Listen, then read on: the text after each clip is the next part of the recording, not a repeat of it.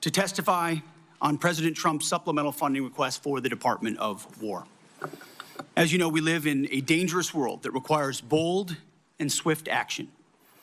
Hence, this supplemental request for fiscal year 2026.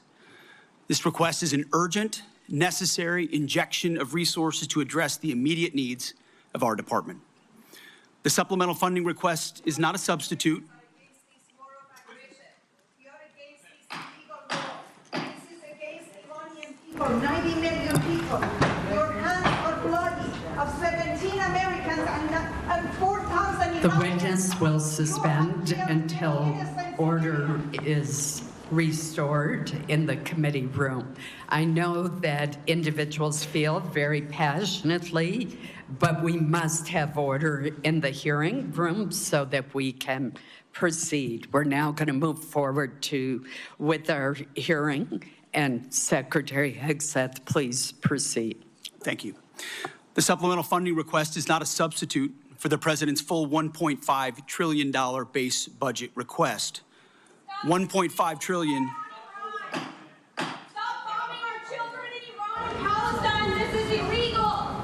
Mr. Secretary, please suspend until order is restored in the hearing room. We will begin the timing clock since you've been interrupted twice.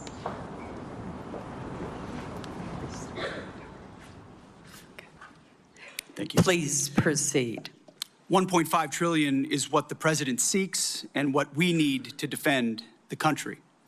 The members of this committee understand better than most that long-term strategic dominance cannot be funded through one-off supplementals. Veterans, call for end to this war right now. We will have order in the hearing room.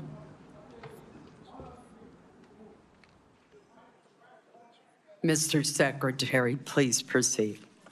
Collectively, the budget proposals submitted under President Trump follow a simple logic.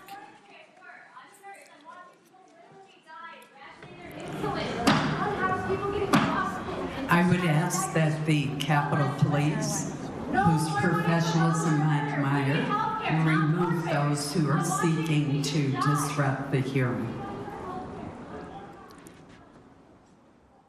Please proceed. President Trump's following a simple logic. The military requires a generational investment to deliver on peace through strength. We know the best way to create peace is to prepare for war, to deter it. And that's exactly what the Department of War is doing, building a force so capable that it would be absurd for anyone to challenge it.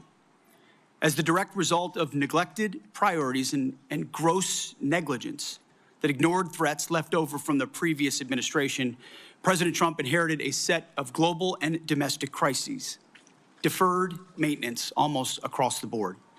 Instead of steering the ship through gathering storms, former leaders let our military languish through social experiments and globalist appeasement, sheer weakness. Under President Trump, we have built a different type of department. The Pentagon is no longer run by bureaucrats. Instead, it's led by combat-tested veterans and world-class business leaders who are running the department like a business, and tech titans who are bringing lethal innovation to the battlefield. We're also at a different moment, and we cannot afford inaction. If we don't make critical investments right now in tech, in compute, in AI, in autonomy, in space, our adversaries who are already making these types of investments could outpace us. Without these funds, we face critical shortfalls that threaten our ability to also simply pay our service members, rapidly replenish equipment and munitions, and sustain vital operations without disruption. This supplemental request serves two purposes: sustain our military readiness to meet this year's new demands, and accelerate critical capabilities to replace and augment those we have used in contingencies. But make no mistake, this is not a one-for-one replacement. We are upgrading and we are modernizing across the force. On the readiness front, we requested $21 billion. This will fund military pay, replace much of the equipment utilized during recent operations, sustain forward deployed forces, and grow personnel and strength while stabilizing mission-critical fuel shortfalls and supporting the National Guard. On the capabilities side, we requested $46 billion. These funds will expand production lines and accelerate delivery of high-demand munitions. We're talking about solid rocket motors, JDAMs, hypersonics, and counter-drone capabilities. Additionally, we will use this investment to secure digital and space dominance, including resilient satellite networks. Department leadership recognizes that appropriating those funds is just the first step. Once funds are appropriated, or portioned, to the department, we need to promptly execute on them, and that's why we're requesting targeted legislative authorities, like transfer authority, to prioritize our greatest needs and opportunities, multi-year procurement for weapon systems, revolutionizing the speed and scale of munitions procurement, and New START authorities. Rest assured that every dollar appropriated to the Department of War will be focused on building the lethality of our joint force and reinforcing peace through strength. As I have said before, not fully funding this department, the Department of War, and we know what that means, that means $1.5 trillion, given the world that we live in and the disaster of what the Biden administration budgets gave us. Not funding this department at $1.5 trillion, I believe, is the greatest threat that our nation faces. Either we invest in our warriors at this moment of step change on the battlefield and growing threats, or this is all just talk.